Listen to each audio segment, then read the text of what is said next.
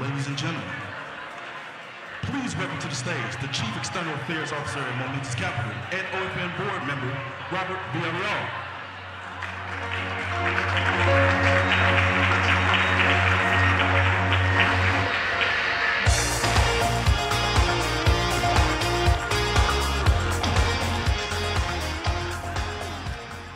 Good afternoon, buenas tardes. Do it again. There you go. I am Robert Villarreal, Chief External Affairs Officer for Momentous Capital and also a board member of OFN. It's an honor to be standing before you today to deliver the opening remarks of the closing plenary Small Business Finance Forum session. So, opening remarks, closing plenary. Got it? Okay. So this year's forum holds special significance as we celebrate its 10th annual gathering and the long-awaited return to Chicago. Love Chicago. Over the past 2 days, we have had the privilege of hosting hundreds of mission-driven small business lenders, funders, investors, and partners from across the country.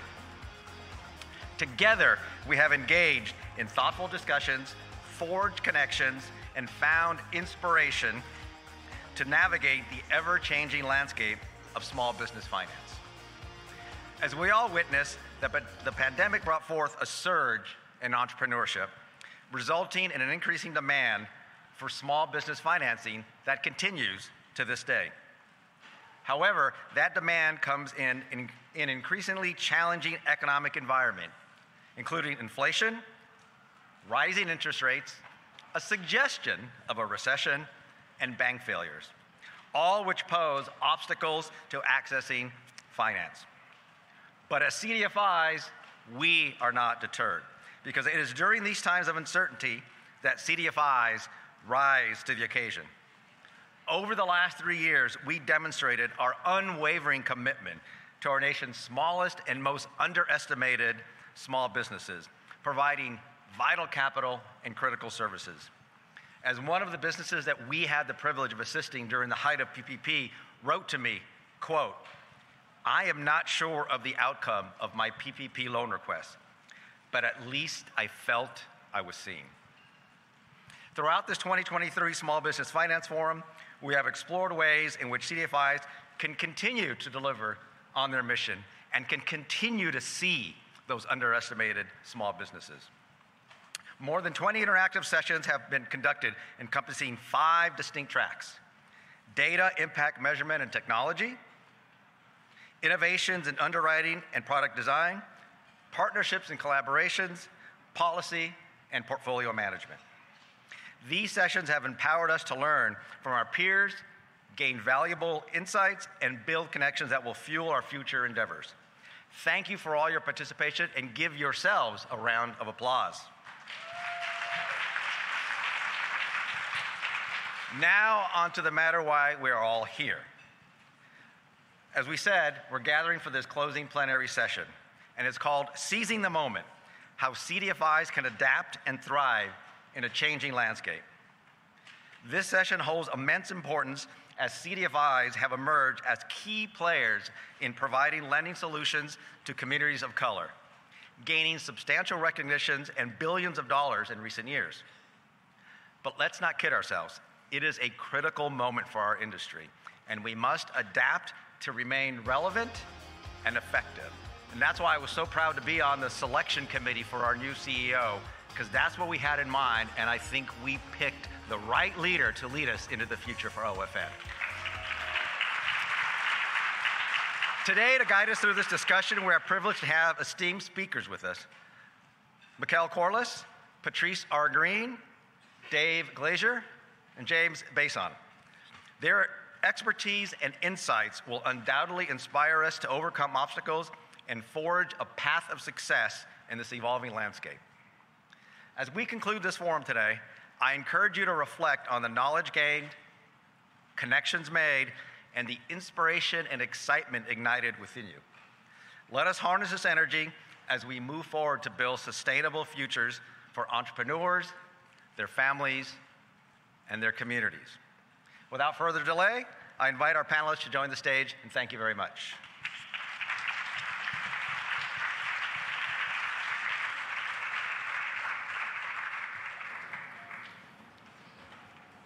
So I walked behind the stage this time. The last time I walked in front of the stage, it's weird. It feels much more dangerous back there. I don't know how that happens. But good afternoon, everybody. And it's great to be here. You know, when we think about the communities that we are all focused on serving and the work that we are all doing, whether we are investors, whether we are CDFIs, financial institutions, or funders, the thing that I'm most excited about is the catalytic focus on saying that there's a difference between what, as financial institutions, we are doing, what we should be doing, and that there's still a need to serve the gap.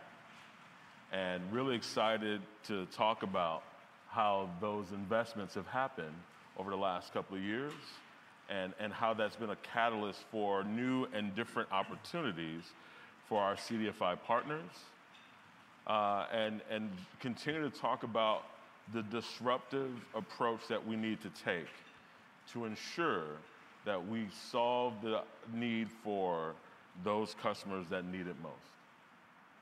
So with that, actually, I realized there was something that wasn't on the agenda today, guys, and I'm gonna throw it off right from the beginning, right? So most of us know you, but some of us may not. So I would love for you to just start and share who you are, the organization you support, and what you do. So Patrice, I'll start with you. Sure. Thank you for that, Mikhail. Hi, everyone. Good afternoon. My name is Patrice Green. I'm the Director of Inclusive Economies at the CERNA Foundation. CERNA is a 106-year-old family foundation based in New York City. We fund nationally with a mission to foster just and sustainable communities across the U.S.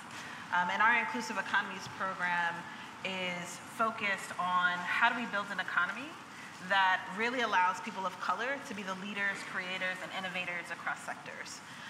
So how we think about access to capital, full scale, is key to what we think about in terms of entrepreneurship as a key tool to close the racial wealth gap. Love it. Love that. Love that. Dave? I'm Dave Glazer. I'm the president of MoFi. MoFi is a CDFI loan fund headquartered in the great state of Montana, but we serve a large part of the American West, which includes Idaho, Wyoming, Washington, Oregon, and Utah. Awesome. James? Thank you. James Basin, President and CEO of True Fund Financial Services. We are headquartered in New York. We also have offices, which you'll probably say, in Atlanta, Georgia. In Texas, we're in Dallas and in Houston. And in Louisiana, we're in Baton Rouge and New Orleans. Nolans. Yeah, that's actually the last place I saw you. Exactly, in Nolans, right, exactly. So I actually should start with, I realized I probably should introduce myself, so I'll do that. Mikhail Quarles, I lead our diverse business strategies for JP Morgan Chase nationally, focused on the areas of credit opportunity, marketing engagement, support of communities of color, and the strategies that align to all of those efforts. And so really, really happy to be here.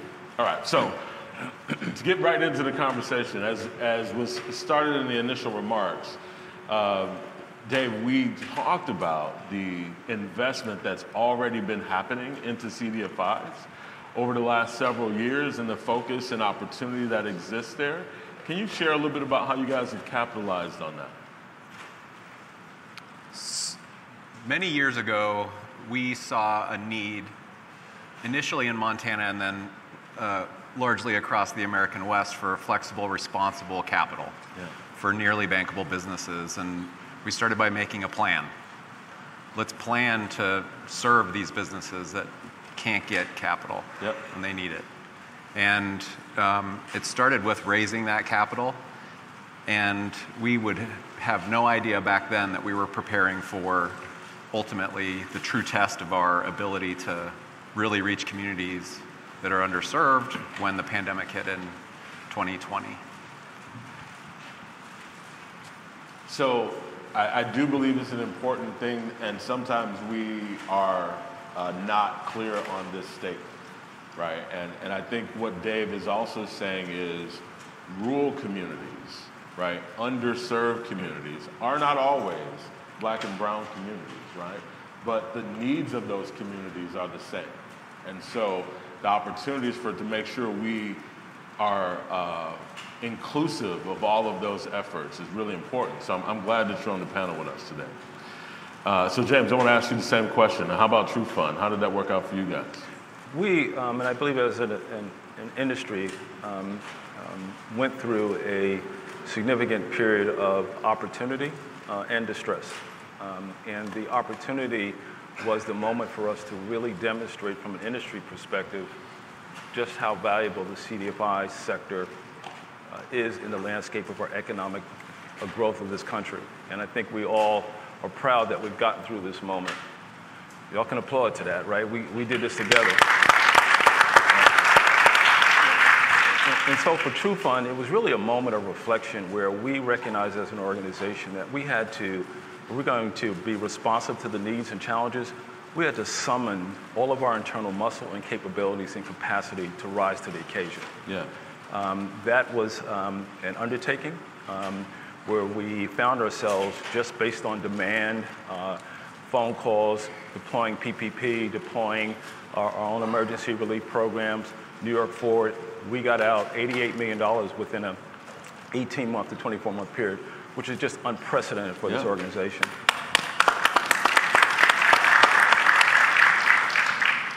So in that, we learned a lot. And we wanted to, certainly are proud of the numbers, but the numbers in itself, we felt were not going to be enough.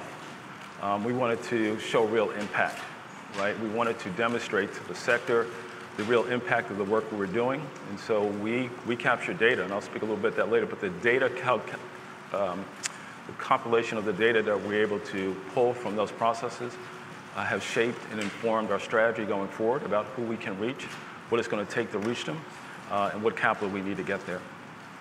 Yeah, and I think the other thing that you are alluding to, James, is also the proof point of when large banks like Chase could not serve all of the customer demand that we had. There were trusted and established and scalable partners that could step in and fill the gap for those opportunities. You know, I mean, PPP for me is a four-letter word. It gives me a lot of, I have PTSD, right, related to all of those times. Yeah. But, you know, the other part of that is I have tremendous pride in how, as organizations, you all filled a gap that we couldn't serve. Mm-hmm. And it's really exciting to see how that demonstrated that you could be trusted as we invested more in communities and more money was funded towards you all, right? So Patrice, that actually is a good segue to you as a funder, an investor in CDFIs. So I would love to just hear a little bit more from you about how you guys do that and how you prioritize that effort. Sure. I mean, I think some of what you said, I know you said PPP is a four-letter word, and for some folks, it really should be, but I do think for this industry, it was a cornerstar moment where the opportunity and what CDFIs have been built to do and being on the ground and proximate to community really shined, and the importance and the need for that. And I think, you know, we at Cernan as a funder, part of what our intention always is how do we get as close to the folks who are most impacted? And one of the things that we know for entrepreneurs on the ground is that, one, helping folks to make sure that they can actually get connected to capital and services has never been like the easiest thing. And so our ability to have folks who are on the ground locally in CDFIs, who are trusted partners, who can be easily tagged in to provide that support was very clear. And, you know, across our portfolio, where we had national numbers of, you know, 41% of Black businesses business is going away, the folks who were tapped into networks, whether they were CDFIs or other capital partners who could get them to a CDFI, we're talking about survival rates in the 80 and 90%. And part of what that says is when we actually build the ecosystem, when we strengthen the ecosystem, that we can actually help folks not only to help their businesses survive through these types of things, but to actually be able to pivot and thrive. Yeah, I love that. And if you think about that, and really the nexus of that is, you mentioned proximate, right? And I realize that, for large banks like ours, and I should probably give a Surgeon General warning before I start saying stuff about Chase. In too many conversations, I probably get in trouble, right? But as a former Fed, you can always do these are my own comments. That's right, I can give the disclosure, right? But, I think we are working very hard to be more proximate and figure out how proximate and scale really do work together, right? And that actually is, James, I want to come back to you guys and talk about how you began to leverage different approaches, technologies, strategies to create greater and different efficiencies within your organization, right? So I would love to hear more about how you guys are doing that today and what you're thinking about for the future.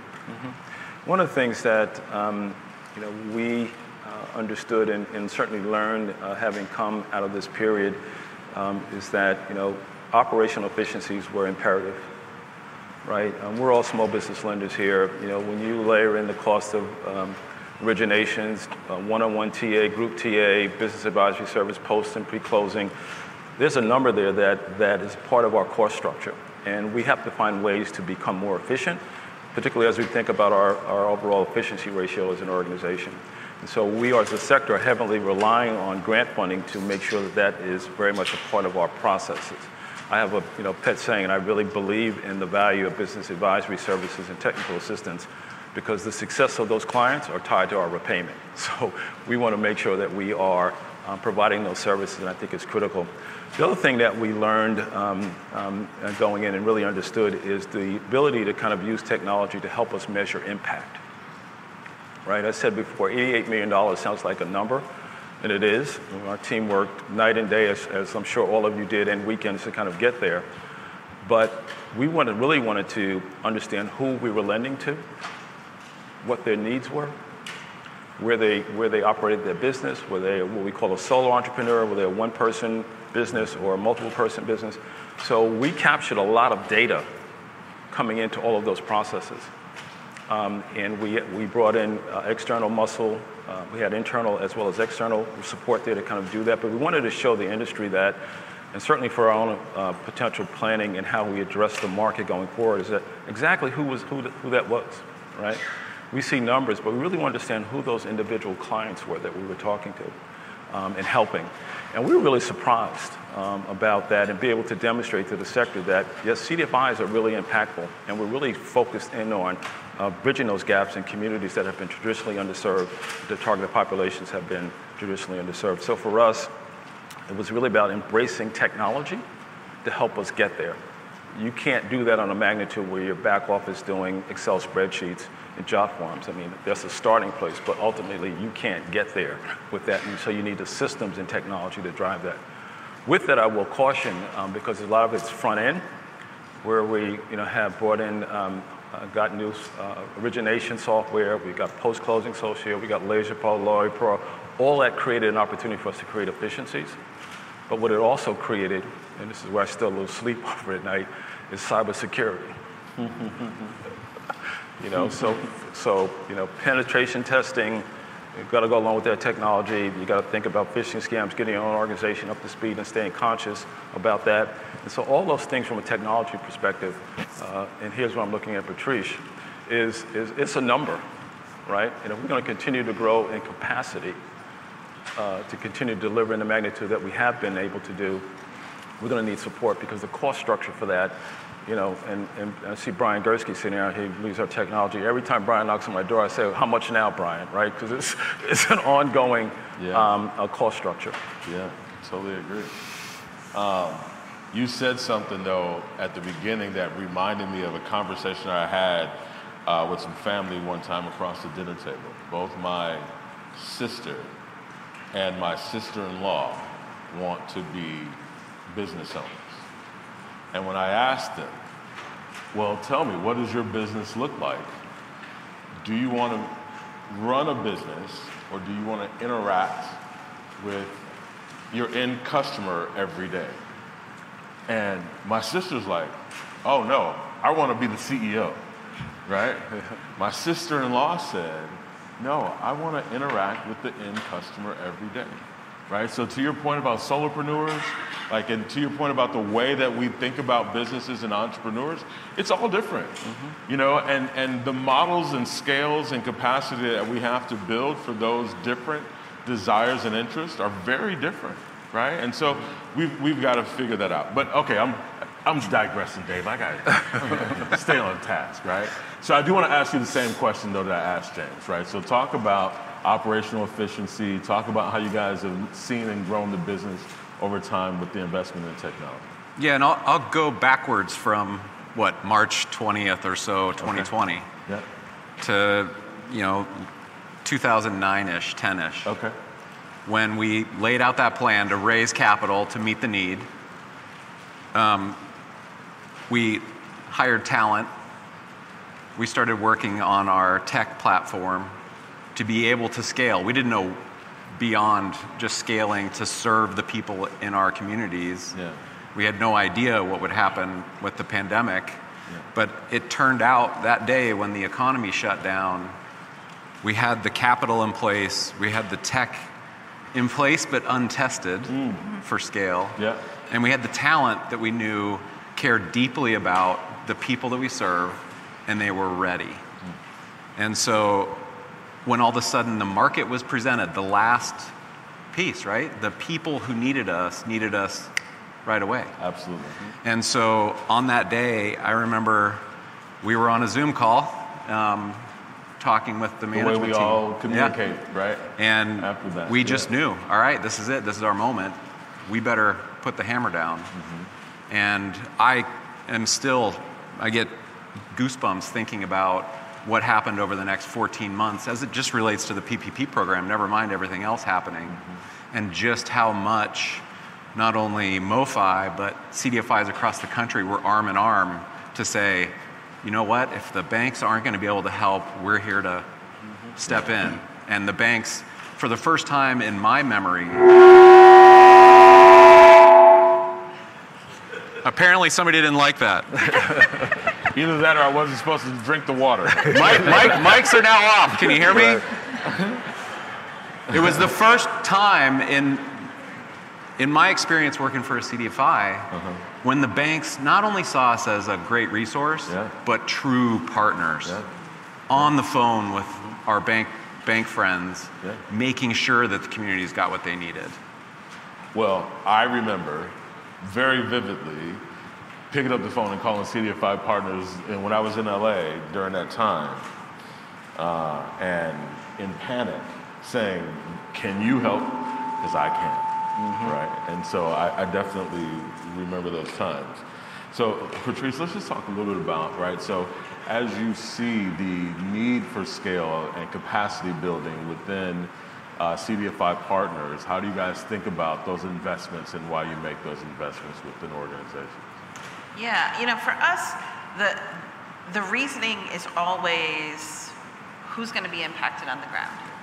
And so the recognition that we know where banking is, there is a whole swath of people who aren't accessing it and being touched. And frankly, we knew that before the pandemic, but the pandemic gave us a full spotlight. And I think to James's point, now we have lots of data to say, here's where these communities are. And the demonstration that there are partners who have been engaged in this work and supporting them, with bubblegum and shoestring, whether it was on the technology side or in terms of how much they were capitalized. And now we have the ability to say, this is what it looks like when you fully resource the ecosystem and the partners to be able to do that work.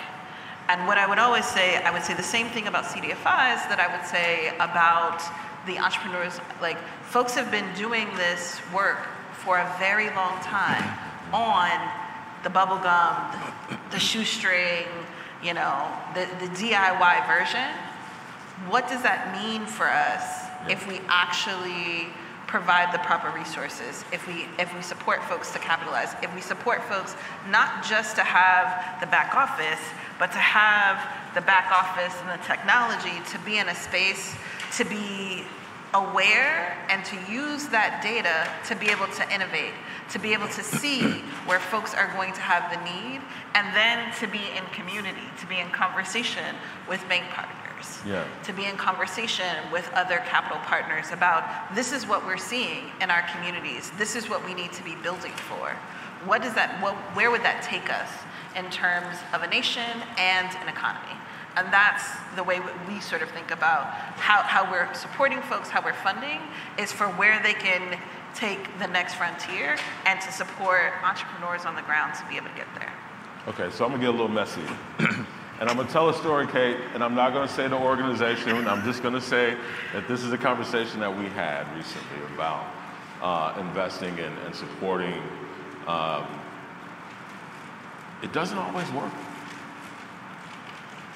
It doesn't always work. It doesn't always work. Like, all the organizations that we think about from an investment perspective don't actually follow the guidance and set the, like, they don't actually want to change.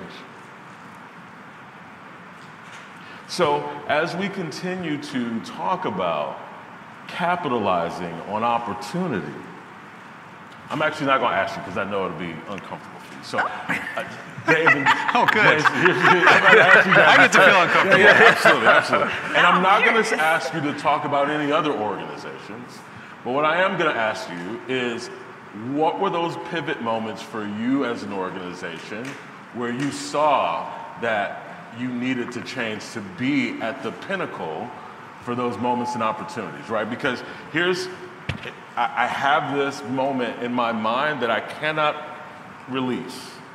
And the moment in my mind, it was probably 10 years ago now, and we were sitting in a boardroom of folks in leadership in California, and they flashed on the screen Blockbuster and Radio Shack and all these other companies and organizations that are no longer here today.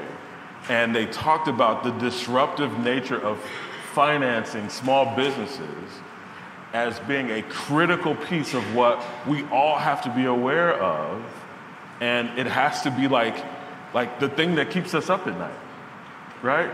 And so, like, I want to ask you guys, like, where were those moments for you? What were those trigger points, and how did you then decide you're going to take your organization in a different direction?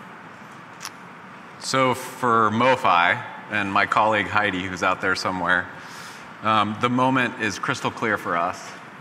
We talk about it all the time, and a little shout out to OFN. It happened at an OFN conference, and that was the grow, change, or die.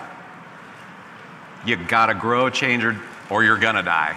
And we then spent the next, well, we're still doing it, 15 years, making sure that we were constantly reassessing from the client's perspective, our customers, like, what is it that they need, and how can we deliver it in a way that is impactful for them and ultimately gets them to the bank system, right? We are here as an interim solution. We're the on-ramp to the highway. You're the highway, and we're the on-ramp. And so creating an organization that never forgets its true north direction and stays focused on constantly changing and improving. I love that. So first off, a clap for OFN, because they were the moment, right? Like, no one acknowledged the fact that you said it was at the conference that that moment happened for you. I think that's important. I do. And I think that's the greatest thing about moments like this is, you know, I describe it to my team as sharpening the pencil, right? Like, we have to continue to do that. So James, same question.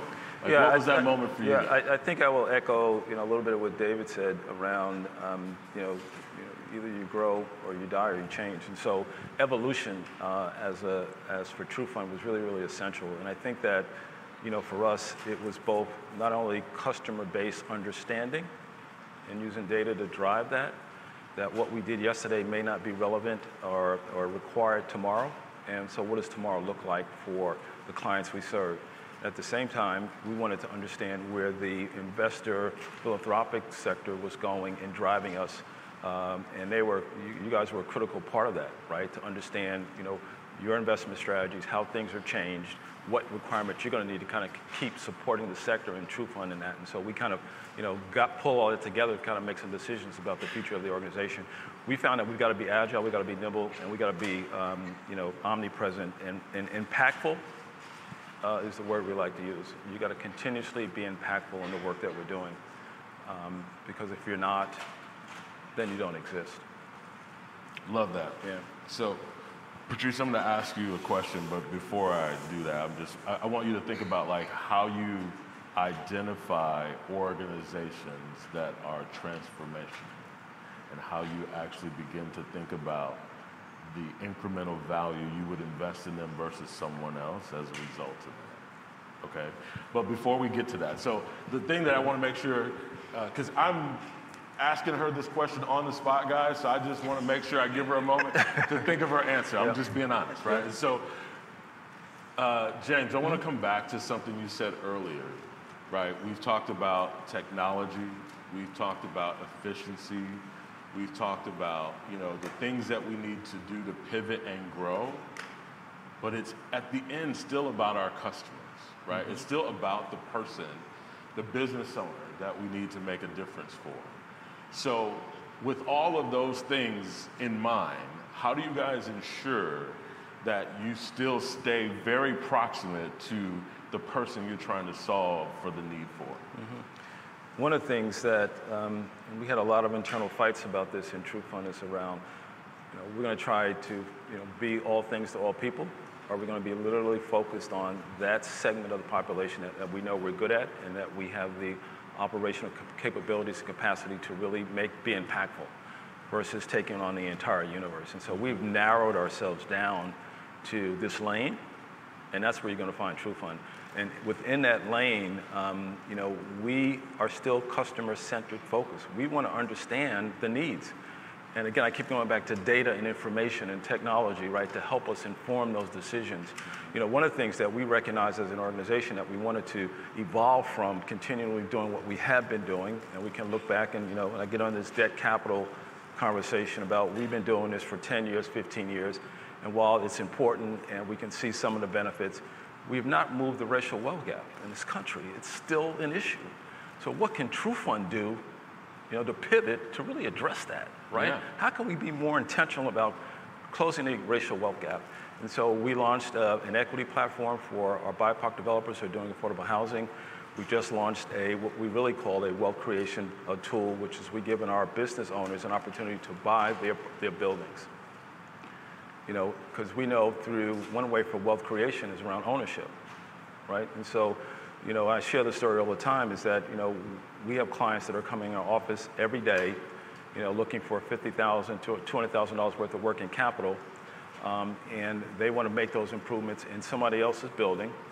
And I'm looking at their lease, and they're paying $3,000 a month, and their lease is expiring in 5 years. And I'm saying,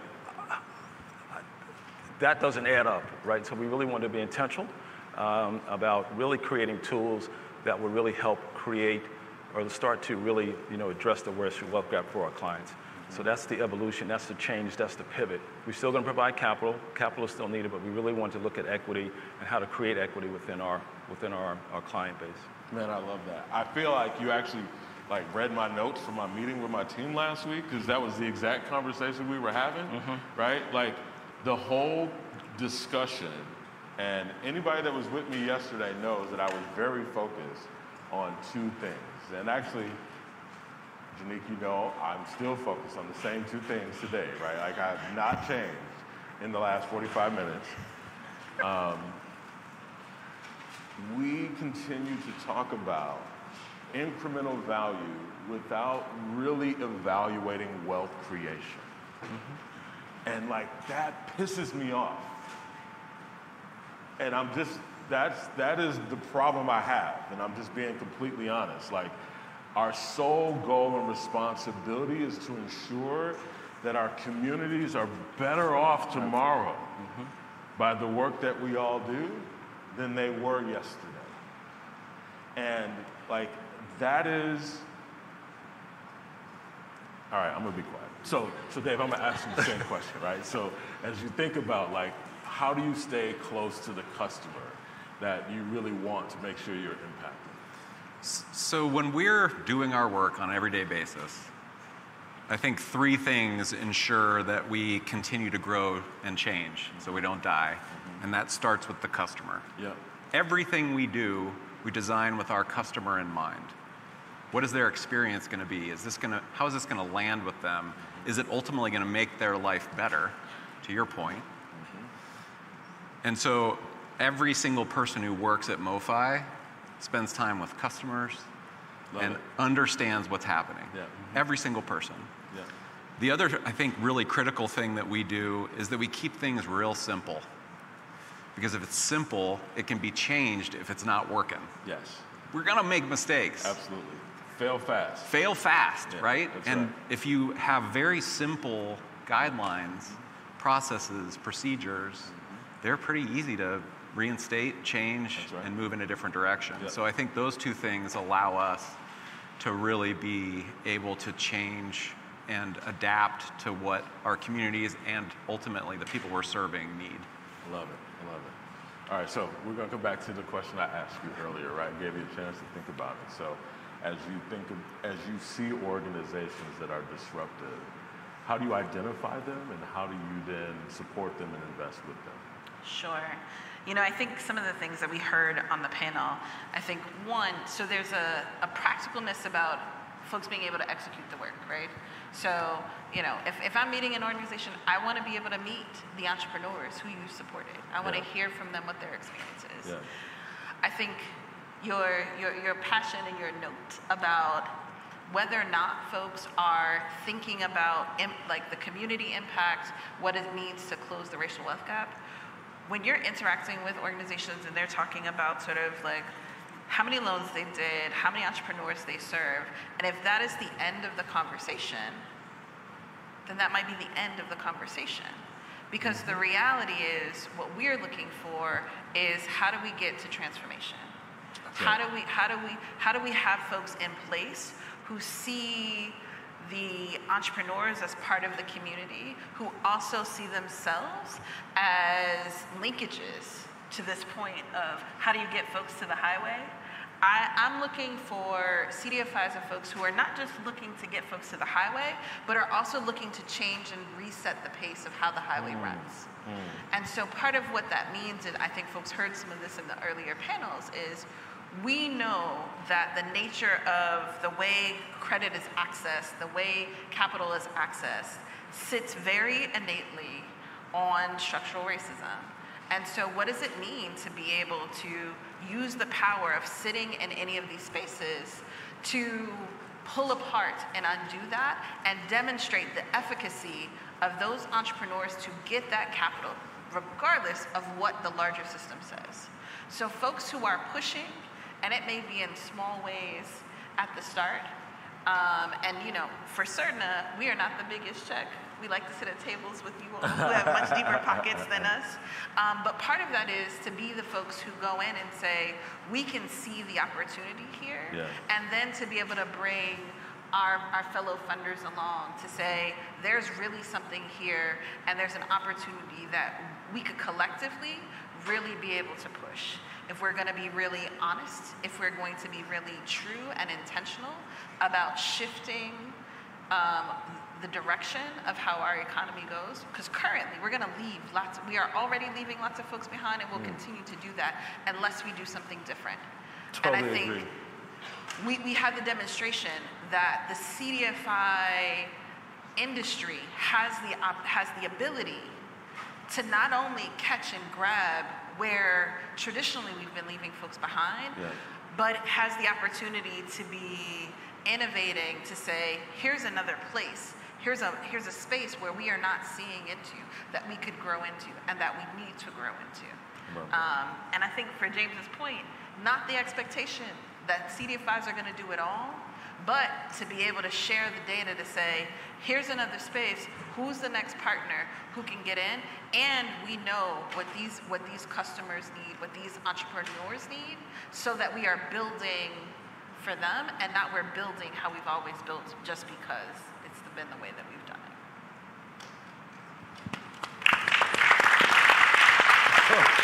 So the funny thing is, Dave, when you said the highway, and Patrice for sure when you said it, it made me have the same image in my head.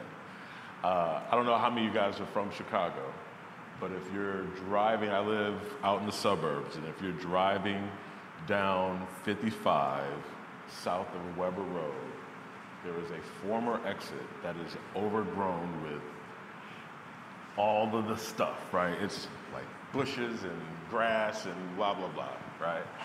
And I actually do feel that as financial institutions, right, that's kind of where we are. Everybody's saying the highway, you know, I don't know if it is to us. Like, I hope it is one day, Dave. I hope we figure it out. But like today, like I feel like it's a little bit of a bumpy road, right? But like we are, you know, I'm really proud of the organizations, the financial institutions across the country that have leaned in and are doing more and are truly making a conscious effort to make a difference. You know, I've seen the work of US Bank and PNC and B of A, and I don't want to leave any institution out, so I'm probably going to stop there and just say all of y'all, right?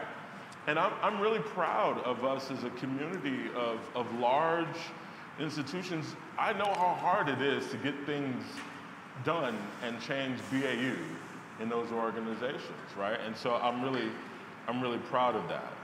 And so hopefully we do get there one day. So as we wrap, we'll start with James. Any final comments you would share with the group to close us out? Yeah. One of the things that we think about as an organization, you know, coming out of the pandemic and certainly going through it, was the recognition whether or not this was a moment or this was going to be a movement, right? And so I think Harold, I heard him speak several times over the last couple of days, but I think he did an analogy about peacetime, wartime, right? So we kind of take the perspective coming into this is that, you know, this is a moment, and we need to make sure that we are seizing the moment and the opportunity to be, not only to build true funds overall long-term longevity, but also to be more impactful for our communities. We're hopeful that it will be a movement. How many of you think it's going to be, it's a moment? How many of you think this is a moment? Raise your hand, I'm just saying. Everybody thinks this is a movement? All right. We're hopeful that it's a movement, and we're encouraged by, you know, certainly the financial sector, the philanthropic sector. I think we as an industry will have to continue to evolve and change and really demonstrate impact. But I'm really excited about the prospects ahead for this industry and for TrueFund. Yeah, love that. Jay? So I feel like in that moment, CDFIs were ready to respond. They had the talent, they had the tech, and the capability to deliver. They may not have even realized they were capable of it yet. We were tested, and we showed up. And you showed up, yeah. And in a moment, we also saw the future. And the future for small business CDFIs to have national awareness that CDFIs are a solution for underserved people overnight because of the pandemic. Yep. And it was because of our partnerships with banks across the country that banks were able to say, here's a solution that can be there for you. We work in partnership with them. So there was that, national awareness.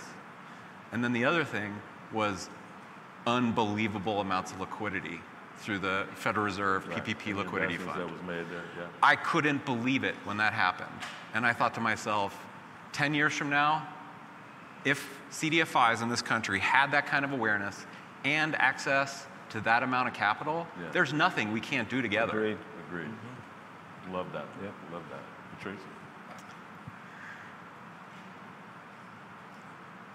So I think one of the things that folks, the language that we use around sort of what's happened is sort of like once in a lifetime experience. And I really do hope that the pandemic and all of those things are a once in a lifetime experience.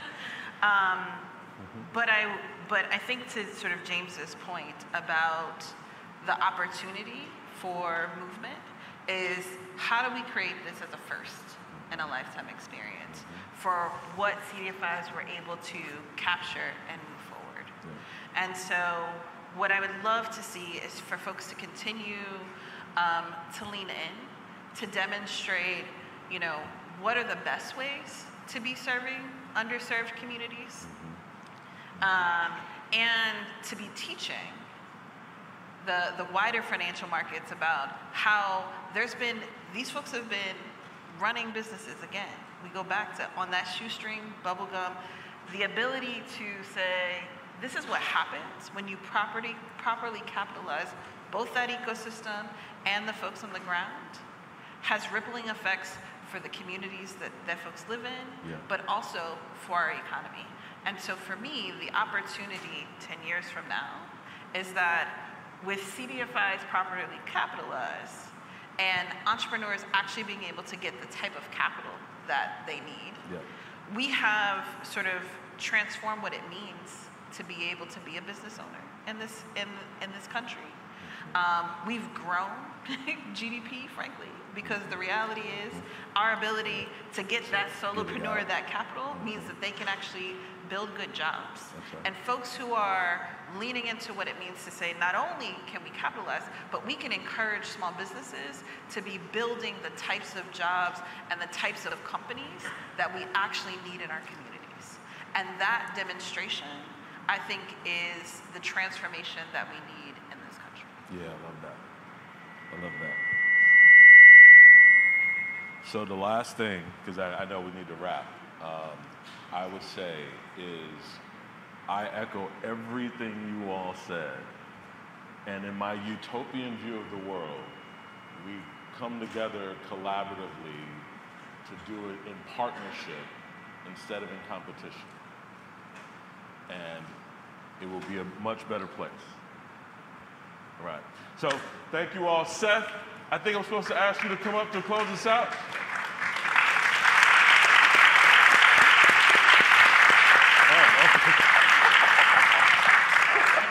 I'm sorry, man. I didn't know you were standing there. So that's good. All right, good. All right, so let's go another round to the panel.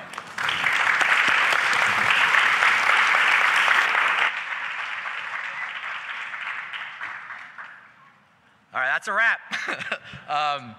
So thank you all for being a part of a remarkable Small Business Finance Forum. It's been 4 long years since we last gathered in person, and it feels invigorating to reconnect, learn, and inspire one another. CDFIs have consistently demonstrated their role as financial first responders, stepping up during challenging times like the Great Recession, the COVID-19 pandemic, and natural disasters. As unwavering champions of our communities, CDFIs have remained committed to aligning capital with justice, offering support when traditional banks retreat. Throughout this forum, we have delved into the ways CDFIs can persist in providing critical capital and essential services to our smallest and most under-resourced businesses. By doing so, we're securing a sustainable future for these entrepreneurs, their families, and their communities. Together, we will continue to make a profound impact and ensure equitable access to economic opportunities. With more than 20 interactive breakout sessions across 5 tracks, we hope to create an immersive learning experience for all of our attendees. With a wealth of new ideas and connections, let's seize the opportunity to drive tangible change and make a lasting difference in the communities we serve. I want to express my deepest gratitude to the 83 speakers who have contributed their time and expertise to this event. Can we please give them a round of applause?